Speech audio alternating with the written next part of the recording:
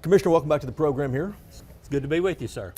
You support the president's tariffs that he's enacted, but a lot of farmers are hurting from it right now. I'm just curious, how do you reconcile, how do you square your support for the president and his tariffs with these farmers who are facing tough financial situations? Well, I think that's not exactly right. We're not facing any tough financial. We hadn't harvested a crop yet. We're just now planting it. So the crop that'll be affected will be harvested in the fall. And is that cotton? That's cotton, yeah. Corn, soybeans. We will face a wheat harvest in the next 60 to 90 days. China doesn't buy a lot of wheat, but they do buy corn and soybeans. So that's what everybody's concerned about. But we've got 4 or 5 months, 120 days to harvest before we deal with that. So by then, and we're already seeing the stock market turn around. You know, yeah. No more deep dives in the stock market. So I think we're going to be fine. And we've been through this before. You know, the first administration, it was tough going. Donald Trump loves the family farmer. He is not going to let them go out of business. What are farmers telling you right now about these tariffs? You know, they understand. They fully support Donald Trump. They're a little apprehensive because, you know, they don't have the bird in hand yet. Yeah. They're going to have to wait, maybe go through a little pain until we get there. But what is that pain if they really haven't, you know, planted some of these crops yet? Or is it just the anxiousness of what might be there? Well, I tell you what concerns them more than the tariffs is not having a farm bill for 2 years. Yeah. You know, that's really got them strung out. So we could do that to help them, and Congress should act and move on that as soon as possible. The tariffs, they kind of know what's in store. They've been down that road. The last time we did it, farmers ended up great, made more money than we'd ever made. We had the best commodity prices ever. So they're looking forward to that day. And they're looking down the road. They're not worried about tomorrow so much. They're not worried about the tariffs as much? I wouldn't say they're not worried, but they're not worried so much about the tariffs that they can't see the end game. Gotcha. As you know, we send a lot of cotton and a lot of grains to China. And cotton specifically, I believe we're the #1 state for cotton exports to China. By far. What's to stop China, though, from going to Brazil or India or other big cotton producers and sourcing from there rather than Texas? Well, if these tariffs continue. Sure. Quality. No one compares the quality of Texas cotton. It's pure, it's long staple, you just can't get that. The harvest methods don't compare to what we have here in the United States. It's just a superior product. Everybody wants to use Texas cotton in their textile mills. Yeah. So we have that. We have trading relationships, or at least we used to. We've lost a lot of our trading advantage under the last administration. Matter of fact, we're going to have a $50 billion agriculture trade deficit. That's never happened in my lifetime. We're buying more food and agriculture products than we're exporting. America's always been the breadbasket of the world. We've always fed ourselves and a lot of others too, but we've lost our markets. We were too busy on the Green New Deal, DEI policies, climate change, all these woke policies that we were so concentrated on that, they got away from the core mission and the Foreign Agriculture Service, the marketing service, and that's to market products, and we lost our customers. Are any Texas farmers concerned, though, that China might start looking elsewhere for cotton if these tariffs go on?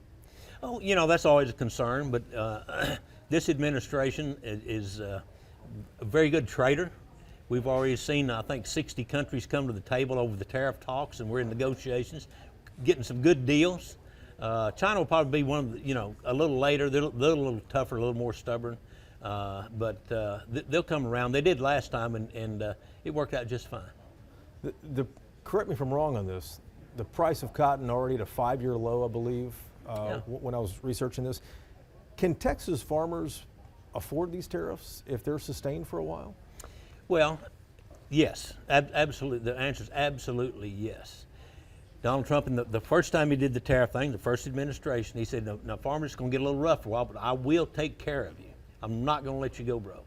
With the federal bailout. And he was good to his word. He took $23 billion from the tariffs he collected, mainly from China, and he put it back in the pockets of the farmers. Now, farmers don't really want a handout, but they definitely don't want to go out of business. So they look at it as a hand up until better times gets here.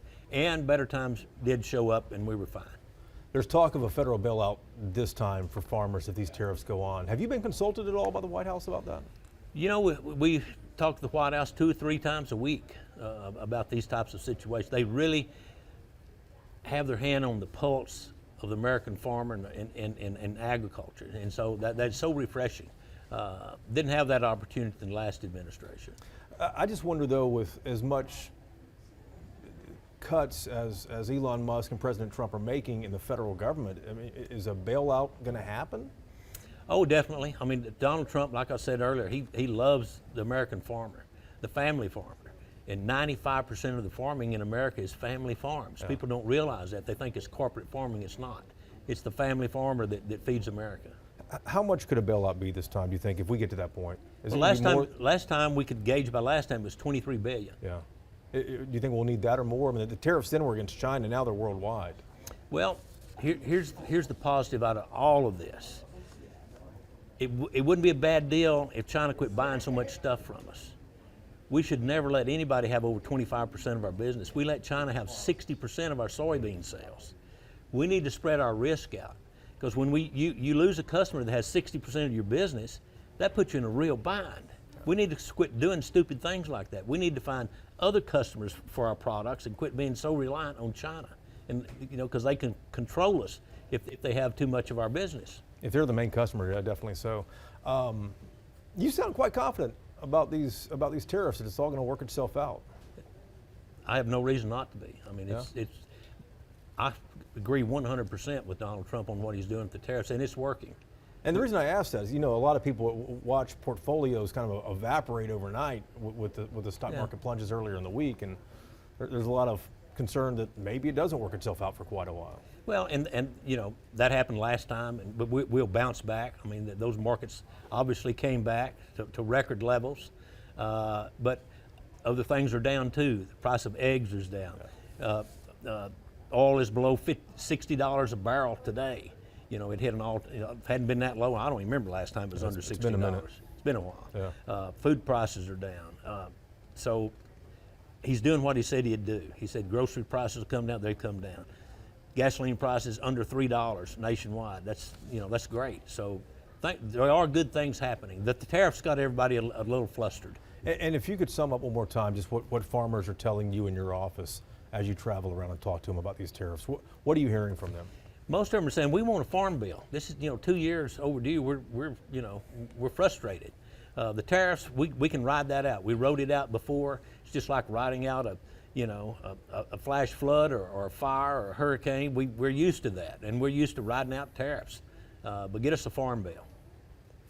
Let's talk about hemp for a moment here. The Texas Senate voted to ban all forms of THC. The House of Representatives wants a more moderate version, wants to regulate THC. What do you think is most likely to win out in the end? You know politics in Austin. I think the THC will remain in the medicinal use. We don't want to cut that. It helps a lot of people. So matter of fact, we probably even need to expand that. Yeah. The problem is, when we passed the hemp laws, which I wrote for the farmer, we didn't have a couple of synthetic products called Delta 8 and Delta 9. Mm-hmm. They're just like marijuana, do the same thing, but they weren't addressed in the legislation. So we have people out there selling this product. We never intended to have recreational marijuana, and that's what we got. But it's worse than that. A 7th grader can go in a convenience store, buy a bag of Delta 9 gummies, which acts just like marijuana, take it to junior high and pass them out. It's not against the law.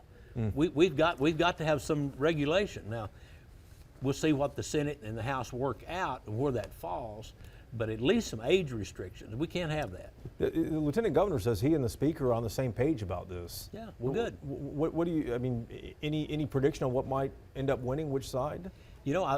I think that the House has pretty much passed out the Senate's version with some changes and tweaks. So it'll have to go to the floor of the House. I passed out a committee. Right. It hadn't made it to the floor yet. So it'll get amended again, and it'll go to conference committee, and they'll work out their differences. Will a THC ban impact hemp farmers in this state at all? Not at all. Not at all? Absolutely. We don't.